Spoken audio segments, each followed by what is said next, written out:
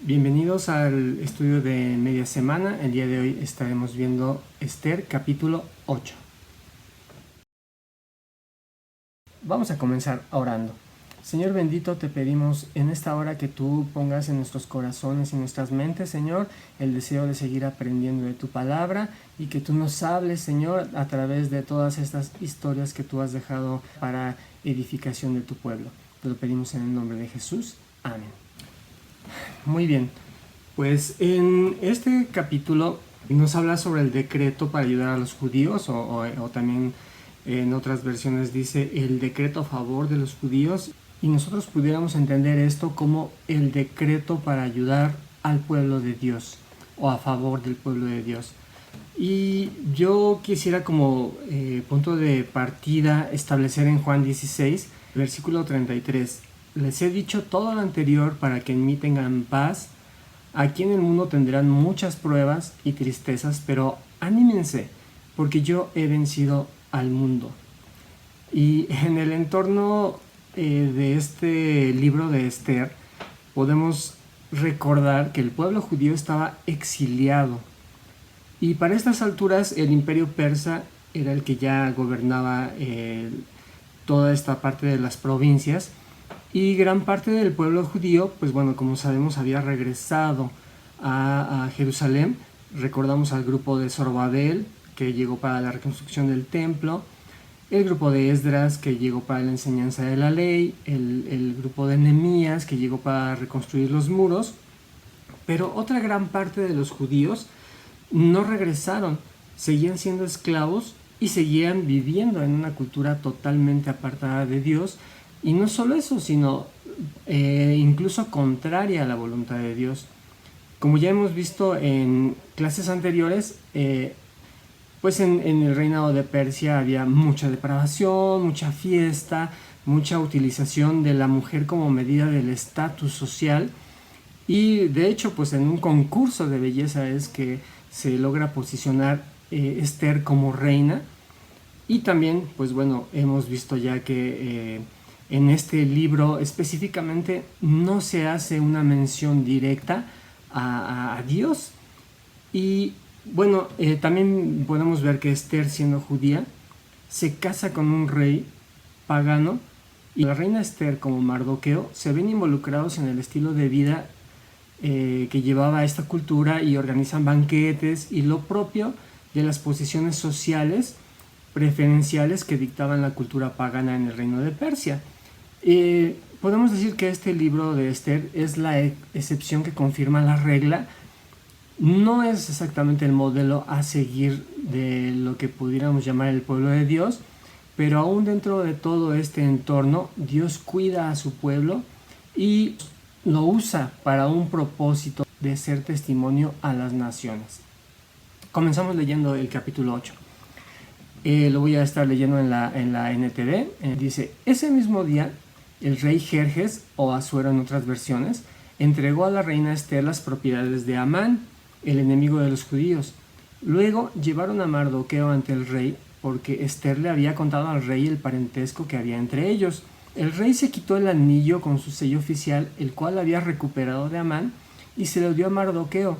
Y Esther nombró a Mardoqueo como encargado de las propiedades de Amán. Y bueno, hasta aquí parece que todo se va componiendo. Seguimos leyendo. Luego, Esther volvió a presentarse ante el rey, cayó a sus pies y le suplicó con lágrimas que detuvieran el plan siniestro que Amán, el agageo, había conspirado contra los judíos. Nuevamente el rey extendió su cetro de oro hacia Esther, de modo que ella se levantó y permaneció de pie delante de él.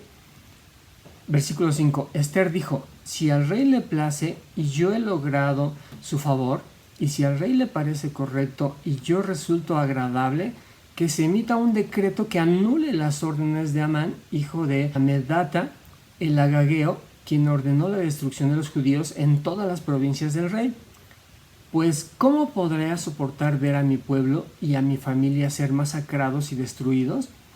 Entonces el rey Jerjes dijo a la reina Esther y a Mardoqueo el judío: le he dado a Esther las propiedades de Amán, a quien atravesaron en un poste porque trató de destruir a los judíos. Ahora envíen un mensaje a los judíos en nombre del rey que exprese lo que ustedes quieran y séllenlo con el anillo del rey.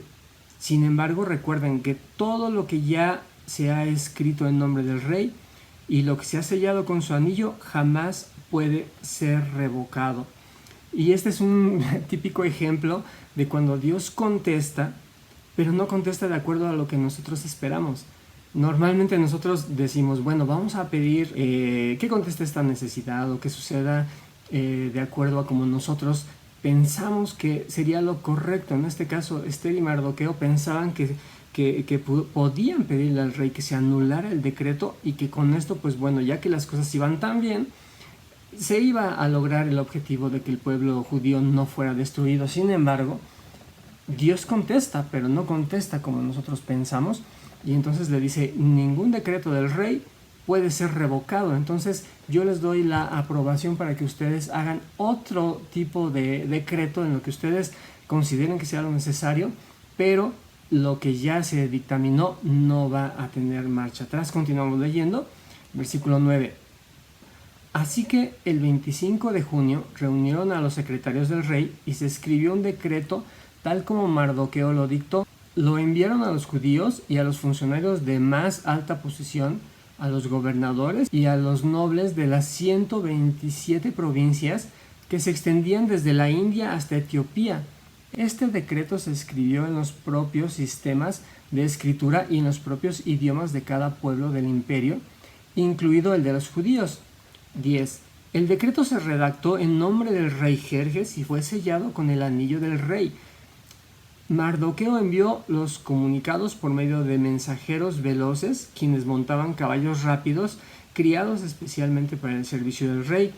El decreto del rey les daba autoridad a los judíos de todas las ciudades para unirse y defender su vida.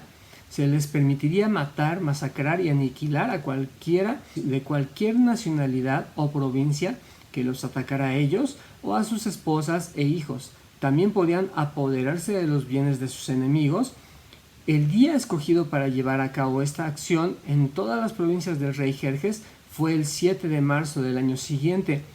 En cada provincia debía emitirse una copia de ese decreto como ley y proclamarse a todos los pueblos para que los judíos estuvieran preparados para vengarse de sus enemigos el día señalado. Así que, impulsados por el mandato del rey, los mensajeros salieron a toda prisa sobre caballos criados para el servicio del rey. Este mismo decreto también se proclamó en la fortaleza de Susa. Luego, Mardoqueo salió de la presencia del rey vestido con un manto real azul y blanco, con una gran corona de oro y con una capa de púrpura y lino de la más alta calidad. La gente de Susa también celebró el nuevo decreto y los judíos se llenaron de gozo y alegría y recibieron honra en todas partes. En cada provincia y ciudad, en cada lugar donde llegaba el decreto del rey, los judíos se alegraban mucho, festejaban a lo grande y declararon día feriado y de celebración. También muchas personas del territorio se hicieron judíos por temor a lo que pudieran hacer los judíos. Y así termina el capítulo 8, dejándonos muy claro que a través de las pruebas y de las situaciones que vivimos, ya sean buenas o sean malas, a veces parece que las cosas van mucho mejor de lo que nosotros esperábamos y de repente nuevamente llegamos al punto de tener circunstancias adversas. Pero independientemente de estas situaciones, nuestra vida debe ser un testimonio y debe servir para impactar a nuestro entorno, a nuestra comunidad, y de una forma u otra, personas lleguen al conocimiento del Evangelio solamente por el testimonio que ellos están viendo con lo que nos sucede a nosotros. Y bueno, esta parte del libro de Esther nos lleva a un punto en el cual pareciera que las cosas no están totalmente alineadas a como deberíamos de vivir una vida de acuerdo a los propósitos de Dios, pero también dentro de todas estas circunstancias que se viven, Dios tiene un propósito. Muchas veces hemos escuchado a hermanos decir, bueno, antes de conocer el Evangelio yo me comportaba de esta forma, pero aún en medio de todo eso, Dios me cuidó. Y en medio de todo eso, Dios me guió para que pudiera yo hacer alguna cosa de acuerdo a la voluntad de Dios, aún sin conocerlo. Y en este caso, pues aunque el pueblo de Dios no vivía de acuerdo a los estatutos de la ley, que en aquel momento era lo que se estudiaba, la ley de Moisés, porque ellos ya estaban completamente integrados a una cultura diferente dentro de toda esta situación que ellos vivían. También Dios tenía cuidado de ellos porque había un propósito de preservación. En este caso, la finalidad era la preservación del pueblo de Dios, que posteriormente, bueno, tendría que cumplir un propósito también. Pero en esta circunstancia específica en la que ellos estaban viviendo, nos deja esta enseñanza que aun cuando las cosas se ven que son contrarias a lo que nosotros pensamos que puede ser la voluntad de Dios, pues todo esto sirve también para impactar personas que no conocen y que únicamente viendo nuestro testimonio pueden ellos también ser tocados, pueden ser alcanzados. Ahora, nosotros esperaríamos casi siempre que todo se arregla, pero en este caso no sucede de esta forma. Pero lo que sí es que tenemos la oportunidad, en este caso los judíos tuvieron la oportunidad de poder defenderse. Es decir, Dios no contestó de una forma en la que dijéramos, ok, ya fuimos librados, ya estamos completamente a salvo de esta amenaza que estamos viendo que se acerca a nuestras vidas. Pero sí Dios nos da la oportunidad de prepararnos y de también poder hacer frente a este tipo de adversidades. Ahora, lo más importante es obviamente lo que viene después de todo esto.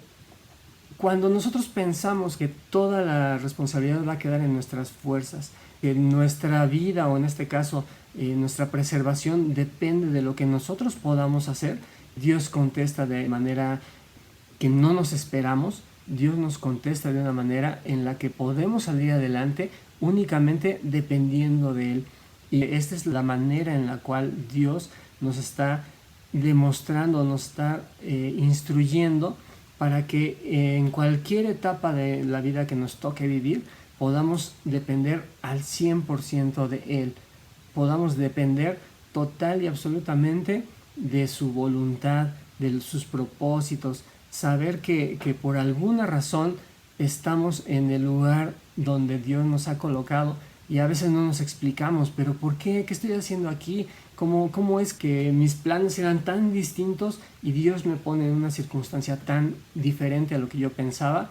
Pues bueno, estos judíos, aún en medio de esta esclavitud, aún en medio de esta cultura adversa, aún en medio de todo, aún incluso que ellos ya se habían olvidado, ya no se leía la ley, ya no, pero ellos tenían dentro de sus corazones el Espíritu de Dios moviéndose en medio de ellos para poder guiarlos a hacer las cosas que son correctas y agradables delante de Dios. Este libro pues nos deja esta gran enseñanza y obviamente viene lo más interesante, ¿verdad? De cómo van a salir avantes de toda esta prueba. Pero dejamos el capítulo 8 hasta este punto y ahí me gustaría que nosotros diéramos gracias a Dios en este momento, justamente por esto, porque a veces no nos sentimos que seamos el ejemplo de cómo se vive una vida de acuerdo al propósito de Dios, pero Dios sí tiene un propósito para nosotros, independientemente de la circunstancia en la que nosotros nos estamos desenvolviendo en este momento. Y pues bueno, vamos a darle gracias a Dios y vamos a pedirle que Él nos permita entender y comprender cada una de las etapas que nos toca vivir en nuestro caminar cristiano, y que sobre todo de todo esto que vayamos viviendo, que podamos ser un buen testimonio para nuestro alrededor y para que gente pueda llegar también al conocimiento de Dios mediante el testimonio que nosotros estamos dando y de lo que ellos pueden ver en nuestras vidas. Le damos gracias a Dios.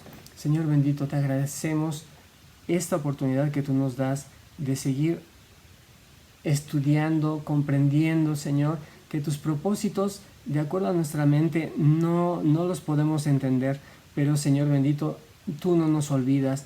En cualquier momento de nuestra vida estemos viviendo, tú tienes un propósito y va a ser reflejada tu voluntad en nosotros, Señor, y en nuestro entorno.